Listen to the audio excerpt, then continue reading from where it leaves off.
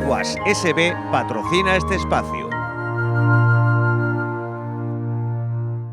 Bueno, hoy nos acompaña en el SED Atlántico TV Roberto Alonso, él es el nuevo secretario general de ANFACO Cecopesca, la patronal de la industria conservera de pescados y mariscos nacional, que tiene la sede aquí en Vigo. Hola Roberto, bueno, primeramente te voy a preguntar pues, por los retos que se presentan con esta nueva etapa como secretario general. Cuéntame un poco. Pues, ante nada, pues muchas gracias por vuestra invitación. Bueno, los retos de ANFACO Cecopesca es una organización que nació en 1904, por tanto, hay algunos que vienen un poco de la parte histórica y otros que vienen de lo presente, de los temas de máxima actualidad, ¿no? El primero de los retos yo creo que es acercar a la sociedad el carácter esencial de la industria transformada de productos de la pesca. Hablamos de una industria que es segunda potencia mundial, si hablamos de conservas, daba empleo a más de 15.000 personas en toda España. Somos un sector, yo creo, que demostró durante la pandemia su carácter esencial en la sociedad, su carácter tractor para tener esa soberanía alimentaria tan necesaria en el día de hoy, y sobre todo porque hacemos un producto que es recomendado, nutritivo y necesario, una dieta de nuestros ciudadanos en esa famosa dieta mediterráneo-atlántica que según más nos interese podemos incluir. Por tanto, solicitar ese apoyo en la cesta de compra de nuestros productos y esa atracción hacia el sector de la población en general.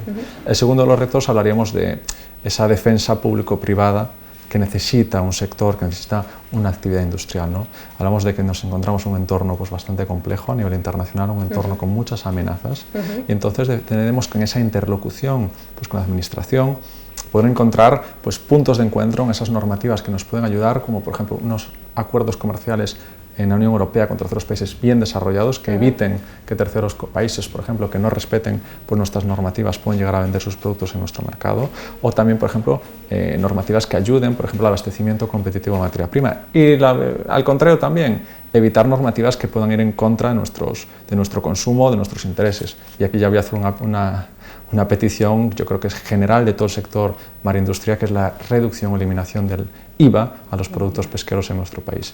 Y luego, como tercera, digamos, parte o vía de trabajo es la consolidación de la propia organización ANFACO Cecopesca, del propio centro tecnológico, ¿no? Yo creo que disponemos de un centro tecnológico de referencia.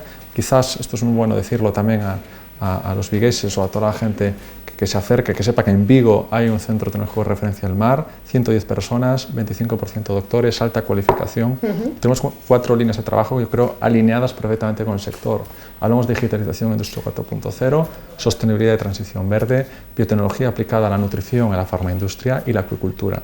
Elementos, repito, que son traccionados desde este centro tecnológico y también con un área de tecnología analítica que es líder, que da servicio a muchas comunidades autónomas y colabora con la Comisión Europea. Yo creo que es, repito, un elemento de esa consolidación, ese pues, desarrollo en los próximos años. Muy bien. Vale, vamos por partes. Primeramente, hace pues, unas semanas el anterior secretario general, Juan Manuel Vieites, hablaba sobre el problema de desabastecimiento que iba a haber en los mercados por el aceite de girasol que se importaba de Ucrania, como impacto de la guerra. ¿Cómo está la situación en estos momentos? La situación es de cierta calma, cierta calma. Bueno, realmente tras la guerra, bueno, Ucrania, Rusia son los principales proveedores de aceite de girasol en la Unión Europea, sobre todo Ucrania, muy importante para España. Una guerra pues desestabiliza el mercado global. Ucrania realmente ahora mismo pues tiene las exportaciones prácticamente bloqueadas, como se puede comprender, y para nosotros lo que hemos hecho es, lo primero, buscar todos los excedentes que existían el año pasado, porque esto hay que verlo no en carácter inmediato, sino en carácter a unos meses, a un año vista. Esos excedentes todos se localizaron. Tenemos aceite de girasol para nuestras conservas de pescados y mariscos y nuestros productos alimentarios, y ahora lo que hay que ver es qué sucederá pues después del verano, cuando la campaña de torta de plantación de girasol no se dé en Ucrania. Ya se habla de un 30% menos de cultivo en Ucrania. Ucrania está premiando el maíz y el grano para su consumo interno, y veremos pues, qué torta de girasol tenemos. España ha plantado más, hay nuevos orígenes como Sudáfrica o Malvinas, y también las industrias están pues, buscando cómo reformular, viendo, por un lado, aceite de oliva. Somos un país aceitero por excelencia. El 50% de nuestras conservas en aceite es de oliva. Va a aumentar seguramente las referencias, pero también otras alternativas como soja, pero que podemos dar cierta tranquilidad es que esperamos que no haya problemas de abastecimiento, al menos en los productos que transformamos, y si no, en esos planes que estamos trabajando de contingencia, poder dar a nuestros consumidores un producto de calidad y seguridad alimentaria, que es lo que nos exigen. Y en este contexto de inflación, de subida de costes energéticos, materias primas en general, ¿han subido los precios de las conservas? Yo creo que realmente no debemos ver todos los términos en cuestión de precios o no precios, ¿no?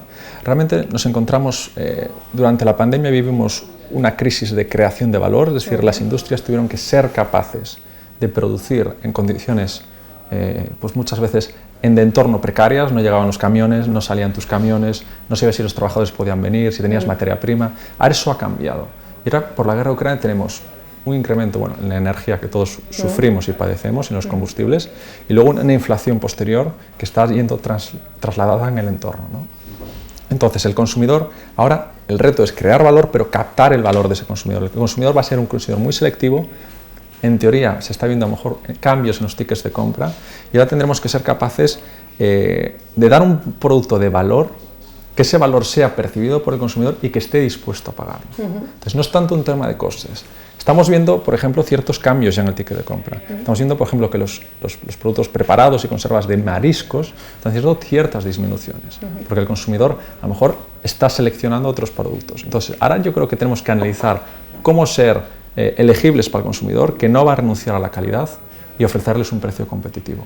Hay por eso ciertos valores que podemos desarrollar: materia prima competitiva, entorno competitivo, ser capaces de tener una flexibilidad empresarial y sobre todo unas condiciones que nos permitan operar con garantías. ¿Y cómo se está comportando el consumidor, el consumo de conservas? Porque en la pandemia ha funcionado bien, era un producto refugio, digamos, ¿no? Mucha gente pues compraba conservas porque era un producto no perecedero, lo tenías en casa, no había que salir. ¿Cómo se está comportando en estos momentos? El primer dato es que la pandemia se comportó bien con matices. En 2020 hubo un efecto acopio, obviamente los almacenes, la conserva es un producto no perecedero, eso es importante, es decir, podemos tenerlo decenas de años mientras mantenga la esterilidad. Los almacenes se vaciaron, pero en 2021 ya hemos visto que la producción nacional cayó 8% en volumen. Las exportaciones 3% menos en volumen. Tan cierto es que el valor se mantuvo. Ahora veremos este 2022. ¿Y cómo se presenta? Tenemos datos, mira, por ejemplo, en la cuestión de exportación. La exportación se está comportando bien, más 7%. Pero ojo, mientras la exportación se comporta relativamente bien respecto al 2021, hay que ver también datos respecto a 19, prepandemia, tenemos datos que ya apuntan a un descenso de consumo en España de determinadas categorías, sobre todo de mariscos. Por tanto, habrá que ver ahora bien el verano, es un periodo tan bueno para las conservas de pescados y mariscos, para los pescados y mariscos en general, pero el Ministerio, por ejemplo, de Agricultura, Pesca y Alimentación ya dio datos en el 21 de que hay un descenso generalizado en el consumo general de pescados y mariscos. Por tanto, habrá que ver después de verano cómo se comporta. La incertidumbre es total, nadie sabe qué va a pasar con la inflación, que unos dicen que suben, otros que baja, otros que se mantendrá, pero que tenemos claro es que hay una incertidumbre y tenemos que navegar con ella. Por tanto, moderación empresarial, como siempre digo, sentidiño, que aquí solemos trasladarlo, y veremos si se mantiene esa tendencia bajista en el consumo o no después del verano. ¿Y cuál es el motivo? El precio, entiendo. Bueno, yo creo que tiene que ver, repito, con el comportamiento del ticket del consumidor. Ahora mismo las expectativas económicas, bueno, si vemos la prensa, ¿no?, en general, apuntan a dificultades en el entorno empresarial, por ejemplo, a final de año. Esto es algo que podemos ver en todos los periódicos. Por tanto, yo creo que el consumidor siempre es muy... se copia de esos entornos generales y entonces empezará a restringir sus gastos. Pero esto, repito, es teoría económica, habrá que ver qué pasa ahora, porque también tenemos continuamente viendo que la hostelería dice que no va a encontrar gente para sus puestos. Pero veremos si realmente ese entorno económico se constata a final de año. ¿Cuál es el producto estrella? ¿Sigue siendo el atún? ¿La conserva? Es la conserva por excelencia. ¿Y después del atún? ¿Qué es lo que más consumen los gallegos, los españoles? Siempre andamos, las tres referencias son atún, mejillones y sardinas, o sardinillas. Son los dos productos estrellas y también más exportados. La conserva de atún somos decir que es la referencia maestra de nuestro sector. En exportación, por ejemplo, que exportamos ahora mismo, estamos en nuestros principales países: Francia, Italia, Portugal, Países Bajos y Estados Unidos. Y que en esos 5 países hablamos de un 75%. Cuando hablamos de exportación, conserva atún en términos agregados siempre es la referencia. ¿Cómo se está comportando el mercado exterior? ¿Algún país que le haya impactado más todo esto que está ocurriendo, el impacto de la crisis en general? No, para nuestro sector, cuando hablamos de Estados Unidos, es un mercado importante, ¿no? Ya con era Trump hubo ciertas tiranteces arancelarias, entonces consideramos que es un país con cierto crecimiento.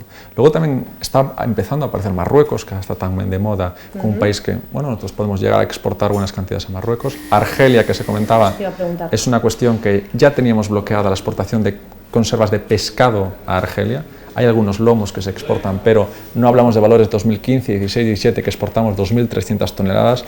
El año pasado hablamos de nada, 200 toneladas. Entonces, bueno, nosotros el norte de África también es un mercado en el que podríamos llegar a exportar, pero sobre todo tenemos que ser conscientes que ahora con las tensiones marítimas a nivel de logístico, nuestros principales mercados siguen siendo países europeos, tenemos que afianzar nuestro posicionamiento, la defensa del level playing field para que terceros competidores, Ecuador, Vietnam, etcétera, cumplan con las normativas y sobre todo pues afianzar nuestros mercados donde somos fuertes, porque hay una cosa que es evidente, esto es un mensaje bien claro. La industria española, la industria gallega en este caso, que representa la mayor, el 80% de producción, es capaz de crecer y ser líder con materia prima competitiva. Entonces, démosles herramientas, dejémosle crecer, porque si tenemos 15.000 empleos y podemos llegar a 20.000, 25.000, ¿por qué no hacerlo? ¿No? ¿Cuántos empleos hay ahora mismo que se generan aquí en Galicia? Si hablamos de Galicia, en torno a nuestro sector, en torno a 12.000. ¿Y tenéis problemas para encontrar empleo cualificado, como en otras ramas del sector pesquero, del sector marítimo? El relevo generacional es un problema social, general, y que tenemos que abordar. Pero no solo el relevo generacional, sino también, por ejemplo, cuestiones como el absentismo. A veces hablamos en las empresas una serie de costes, ¿no? Y el absentismo es uno de ellos. Tenemos, yo creo, que abordar el relevo generacional, abordar el tema de las jubilaciones. Hay determinados oficios que ya se están hablando, no hace nada, en algunos del mar, que se puedan jubilar antes. Pues a lo mejor, determinados puestos de la industria de transformación, de la industria conservera, había que valorar con el gobierno posibilidad de que determinadas personas puedan jubilarse antes, porque lo que no tiene objeto es, repito, a determinadas edades, pues con un índice de absentismo muy altos, porque va en contra de lo que queremos para nuestra sociedad y para nuestro tejido industrial, ¿no? ¿Y creéis que vuestro sector resulta atractivo para, pues eso, para atraer talento joven?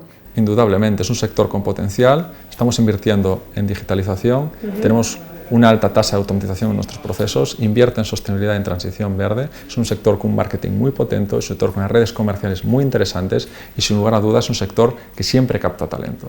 Entonces nosotros también, parte de Anfaco Cecopesca, pues trasladar este mensaje a la sociedad, es un sector en el que hay que acercarse porque el que entra no sale, ¿no? Y eso será por algo. ¿Y hay empleo? ¿Necesitáis empleo? Sí.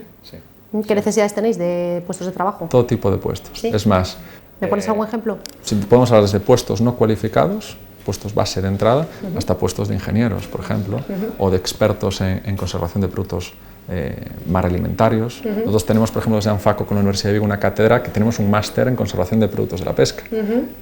Puedo asegurar que la práctica totalidad encuentran empleo o ya trabajan cuando entran en el máster. Entonces hablamos de un sector, repito, que tiene esas necesidades y que lo que requiere es acercarse a una tradición o a una actividad que muchas veces pues, casi que vivimos al lado de ella, pero no la conocemos, ¿no? Un sector muy tradicional, pero que también innova, porque se innova mucho en la conserva, ¿no? Muchísimo, muchísimo. ¿Qué estáis haciendo en estos momentos? Solo con decir un dato, Anfaco Cecopesca tiene ya solo en su centro tecnológico una media de 75 a 90 proyectos de I+D anuales. Es decir, ya podemos ver, y somos un centro tecnológico, las empresas pues están continuamente creciendo. Ahora hablamos, por ejemplo, de los famosos Next Generation. Nosotros desde Anfaco Cecopesca preparamos un paquete sectorial de 303,33 millones de euros de proyectos tras consultas con nuestros asociados, no solo de conserva, también hemos de decir de todo el contexto mar alimentario, todas las empresas, también hay de congelado, hay de elaborados, hay interés inversor, hay interés en innovación.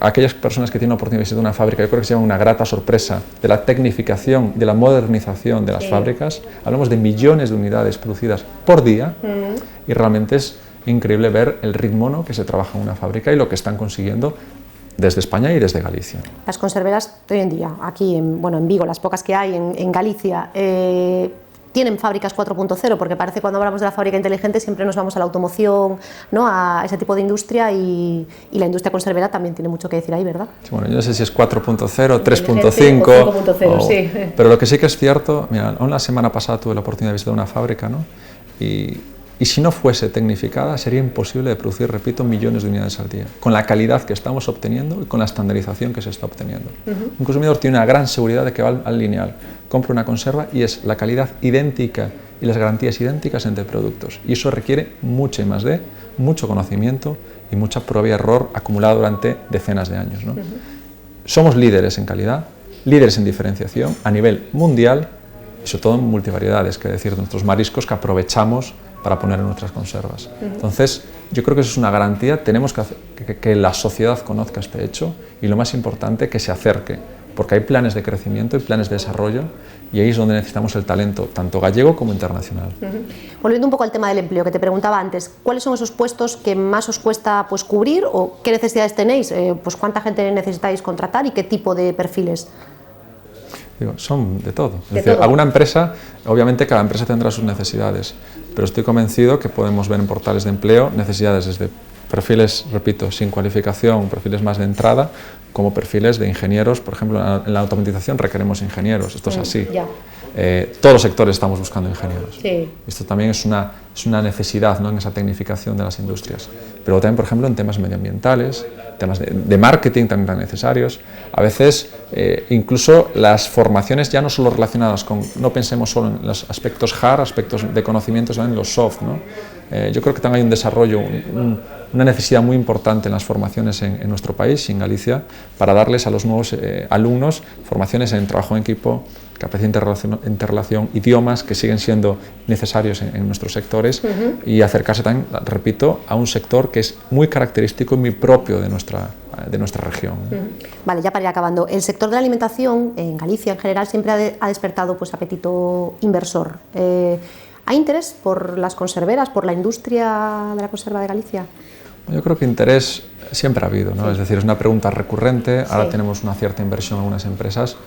Yo creo que por ahora estamos fuertes, es decir, es un sector que apuesta por el valor en su región, es decir, apuesta por seguir creando valor en su región, apuesta por donde está sentado y por la responsabilidad. Yo creo que en esa responsabilidad social, en ese valor compartido con los territorios donde se asienta, es donde vamos a mantener los próximos años. Eso sí, como dije al inicio, esperando que en esa colaboración público-privada esas administraciones nos permitan crear un entorno para seguir invirtiendo. Y ya para terminar, una cuestión muy importante. Ahora hablamos de esos fondos. Los fondos son una herramienta, no un fin. Pero tenemos que apelar a que nuestras empresas, las grandes también, crezcan y se desarrollen. Claro. Y ahí yo creo que muchas veces estamos fallando con cierta lentitud en algunas articulaciones de fondos, porque nosotros desearíamos, por ejemplo, que el PERT agroalimentario estuviese, agromar alimentario, pues nosotros deseamos que esté el mar, porque tenemos proyectos y necesitamos efectos incentivadores que permitan hacer crecer las iniciativas empresariales, en este caso en España y en Galicia, porque existe capacidad de crecimiento, existe interés y voluntad empresarial y existe creatividad y capacidad. Por tanto, pedimos a esa administración que nos acompañe, nada más. Muy bien, pues muchas gracias por contarnos todo esto.